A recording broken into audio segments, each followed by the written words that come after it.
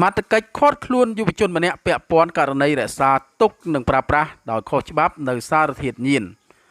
បាត់ដំបងកម្លាំងផ្នែកប្រឆាំងគ្រឿងញៀនសហការជាមួយកម្លាំងប៉ុស្តិ៍នគរបាលរដ្ឋបាលមោងនៃអធិការដ្ឋាននគរបាលស្រុកមោងឫស្សីបានបង្ក្រាបករណីរក្សាទុកដោយខុសច្បាប់នៅសារធាតុញៀនមួយករណីក្នុងបទល្មើសជាក់ស្ដែងដោយឃាត់ខ្លួនជនសង្ស័យម្នាក់បញ្ជូនទៅកាន់តុលាការបន្ទាប់ពីរកឃើញគ្រឿងញៀនចំនួន2កញ្ចប់ប្រតិបត្តិការនេះបានធ្វើឡើងកាលពីថ្ងៃទី5ខែកញ្ញាឆ្នាំ2019វេលាម៉ោង21:50នាទីនៅចំណុចក្រុមទី6ភូមិតាកុក2ឃុំមោងស្រុកមោងឫស្សីខេត្តបាត់ដំបងសមត្ថកិច្ចបានឲ្យដឹងថាជនសង្ស័យដែលត្រូវបានឃាត់ខ្លួននោះមានឈ្មោះតាំងអឹងហុងហៅសាំធីហៀងហៅហុងភេទប្រុសអាយុ20ឆ្នាំមានទីលំនៅភូមិមោងឃុំមោងស្រុកមោងឫស្សីខេត្តបាត់ដំបងវត្ថុតាងចាប់យកបានរួមមានថ្នាំញៀនប្រភេទមេតាំហ្វេតាមីនម៉ាតកកអៃ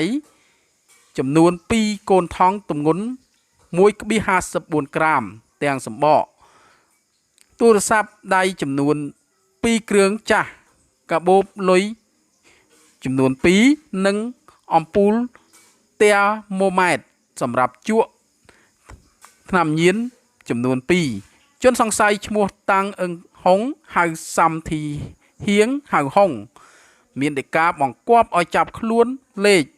141តប្រូចុះថ្ងៃទី25ខែមីនាឆ្នាំ2019របស់លោកលីសុខាចៅក្រមស៊ើបសួរនៃសាលាដំបងខេត្តបាត់ដំបងក្នុងបទចោទជួញដូរដោយខុសច្បាប់នៅសារធាតុញៀនប្រព្រឹត្តនៅចំណុចភូមិគៀ3ឃុំគៀស្រុកមោងឫស្សីខេត្តបាត់ដំបងកាលពីថ្ងៃទី5ខែកុម្ភៈឆ្នាំ2019ទោះជាយ៉ាងណាបន្ទាប់ពីសាកសួរនិងធ្វើកំណត់ហេតុរួចរាល់ជនសង្ស័យនិងវត្ថុតាងត្រូវបានកំពុង